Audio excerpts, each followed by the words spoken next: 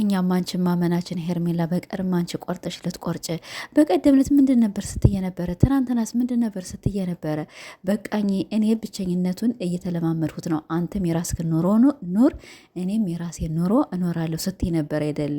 በቀርማ ግም ለግም አስለናዚው ተግማሙ ማለት ነው። አንዳንድ ኮሜንታተሮች ደግሞ እናንተ ግን ያማችኋል እንዴ? እኛ እኮ አብርሽ ይቅርታ እንድጠይቃት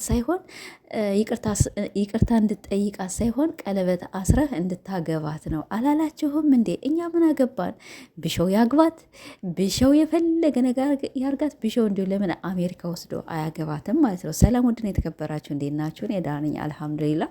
በዚህ ሳምንት እንግዲህ የተፈጠረውን ነገር አይታችኋል። ዛሬ አቶ አብርሽና እንግዲህ ወይዘሪት ሄርሜላ ወይም እንግዲህ ውሽሚት አብረው ተያይዘው መጥተዋልኝ። እነሱም እንግዲህ ዛሬ ማታ 3 ሰዓት ቪዲዮ ጠብቁን ብለዋልኝ። ያው በአብርሽ ቤት እንደሚመጡ ሁላችንም እርግጠኛ ነን።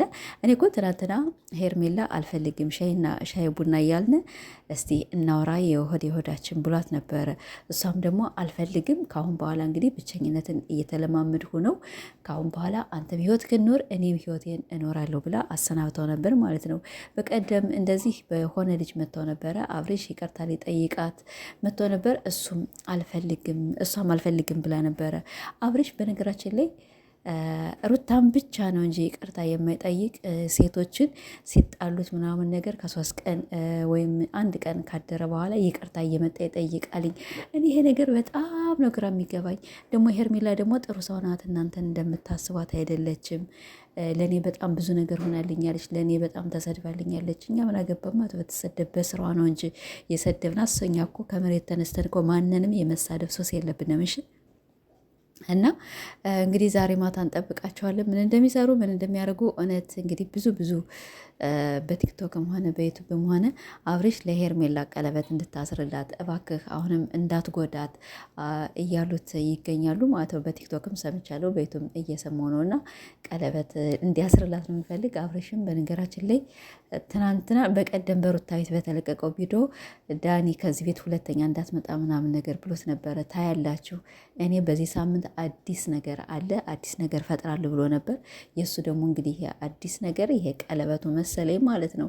እና ያው ብዙዎቻችሁ አትናደዱ፣ የሩታ ፋሚሊዎች እኛ ያግባት ማለት ነው። ግን ምን መሰላችሁ የሚያናድዳችሁ የሆነ ነገር ብቻ የሚያበሳጫችሁ ነገር ሊኖር ይችላል፣ የሚያሳስባችሁ ነገር ይሆናል። እንዴት እንደዚህ ይሆናል? ምን እያስተማሩ ነው? ምን እያረጉ ነው?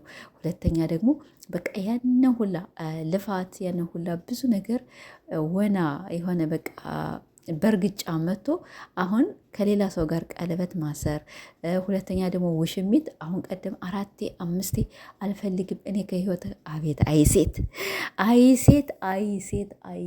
ወይኔ እኔማ እንደ ወንድ በሆን ነበር አልኩኝ ማለት ነው። ግን በሱ ስራ ለምን እገባለሁ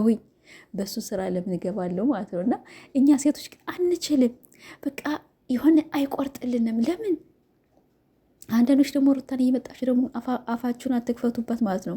ኑሮዋን ትኖርበት። በተለይ የአብርሽ ቤተሰቦች ሌሎቻችሁ እሺ አታውቋትም፣ ልትሰድቧት ትችላላችሁ አይደለኛ። ስለ እውነት ወይም ስለ ሴት ልጅ እንደዚያ ነው እኛ ብዙ ጊዜ ተው የምንል እንጂ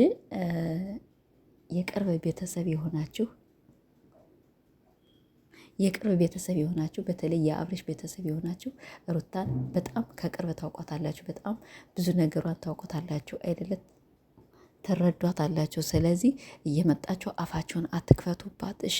እና አብርሽ እንግዲህ ያው እኛቸው ምንም አያገባንም። በነገራችን ላይ የመዳም ቅመሞች ናቸው ማለት ነው የሚደሯቸው። እና አብርሽማ ከኪሱ ገንዘብ አውጥቶ መቼም ቢሆን እሷን አያገባትም። እና እንግዲህ ይህን ይመስላልኝ። ውሽሚትና ውሽማው አብረው መተዋልኝ። እስቲ እውነት ይቅርታ ሊጠይቃት ነው? እሷስ ይቅርታውን ልትቀበለው ነው? ያው ይቅርታውን ተቀብለዋለች፣ ግን የቀለበት ፕሮግራም አይመስለኝም። አብርሽ አሁንም ሁለተኛ እንዳትጎዳት። ሄርሜላ በጣም ንጹሕ ልብ ያላት ናትኝ። አርባካችሁ ሁሉም ሰው ንጹሕ ልብ አለው። የሆነ ጥቁር ልብ ያለው ሰው አልተፈጠረም ማለት ነው። ራሳችንን ጥቁርም ነጭም የምናደርገው እላችኋለሁ። ቤተሰቦች እንግዲህ እነዚያ ሰፈሮች አለፈላችሁ።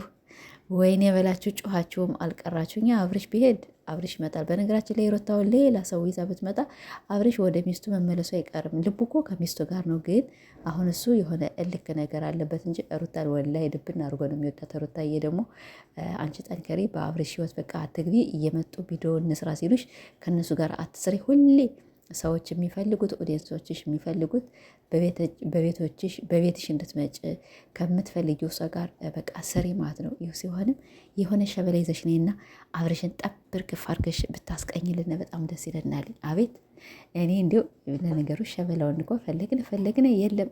ግን አሁን ሸበሎች የተዳችሁ እናንተ ምን ወሰዳችሁ ማለት ነው? ስደት እየሄዱ ጨረሱ መሰለኝ። እና ቤተሰቦች ለማንኛውም ላይክ እና ሰብስክራይብ እያደርጋቸው አበረታቱና እንግዲህ ውሽሚት መቼም ቆርጣ አትቆርጥም።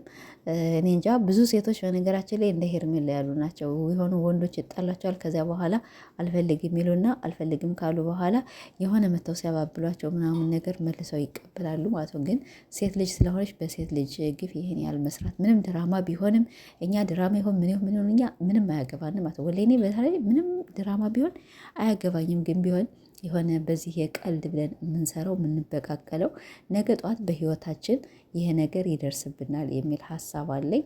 እስቲ እንግዲህ ሁላችሁም ምን እንደሚሰማቸው ኮሜንት ላይ አስቀምጡልኝ። እንግዲህ አቶ አብርሽና ውሽሚት